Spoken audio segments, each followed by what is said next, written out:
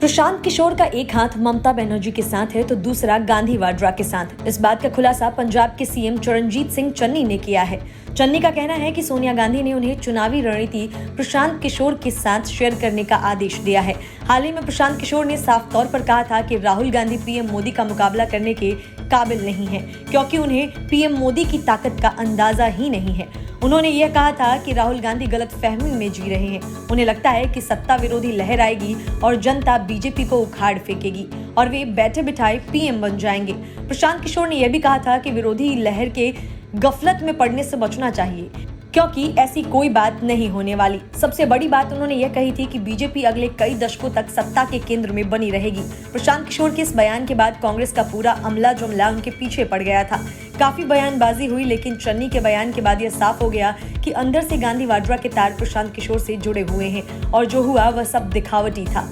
सवाल यह है कि ममता बनर्जी को पीएम बनवाने के काम में जुटे प्रशांत किशोर दोनों में से किसी एक के साथ तो खेल ही रहे हैं। अगर नहीं तो ममता बनर्जी कांग्रेस पर जो हमले कर रही है वह भी दिखावटी ही है और अंदर खाने हम एक हैं जैसा मामला है। खैर, इस बात का खुलासा तो आगे हो ही जाएगा, लेकिन चरणजीत सिंह चन्नी ने साफ कहा कि पार्टी हाईकमान से निर्देश मिला है कि वो प्रशांत किशोर के साथ चुनावी रणनीति साझा करें। चन्नी का यह बयान इसलिए बड़ा माना जा रहा है क्योंकि मई में प्रशांत किशोर ने चुनावी कामकाज से संन्यास ले लिया था। चरणजीत सिंह चन्नी ने बताया कि उन्हें हरीश चौधरी ने चुनावी रणनीति प्रशांत किशोर से साझा करने की सलाह दी। हरीश चौधरी पंजाब कांग्रेस के प्रभारी हैं। चौधरी को कुछ दिन पहले ही हरीश रावत की जगह पंजाब कांग्रेस की जिम्मेदारी सौंपी गई है। चन्नी के इस बयान के बाद ये सवाल भी खड़ा कर दिया गया है, क्या प्रशांत किशोर दोबारा अपने काम पर लौट आए हैं? क्योंकि इस साल मई में पश्चिम बंगाल समेत 5 राज्यों के चुनावी नतीजे सामने आने के बाद उन्होंने संन्यास की घोषणा कर दी थी।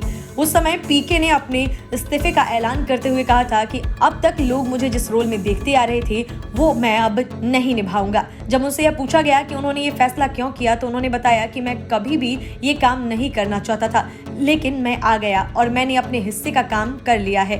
पीके ने बताया कि आई पैक में मेरे से ज्यादा काबिल लोग हैं, वो ज्यादा अच्छा काम करेंगे, इसीलिए मुझे लगा कि अब मुझे ब्रेक ले लेना चाहिए। इतना ही नहीं, उन्होंने पंजाब के पूर्व सीएम कैप्टन अमरिंदर सिंह के प्रधान सलाहकार के पद से भी ब्रेक लेने की बात कहते हुए अगस्त में इस्तीफा दे दिया था। अपना इस्तीफा देते हुए पीके ने कहा था कि वो सक्रिय राजनीति से अस्थायी तौर पर ब्रेक चाहते हैं, इसीलिए उन्हें उनके पद से मुक्त किया जाए। हालांकि वे इस बात पर टिके नहीं और तुरंत ममता बनर्जी के साथ काम करने लगे। Bureau report, news of India.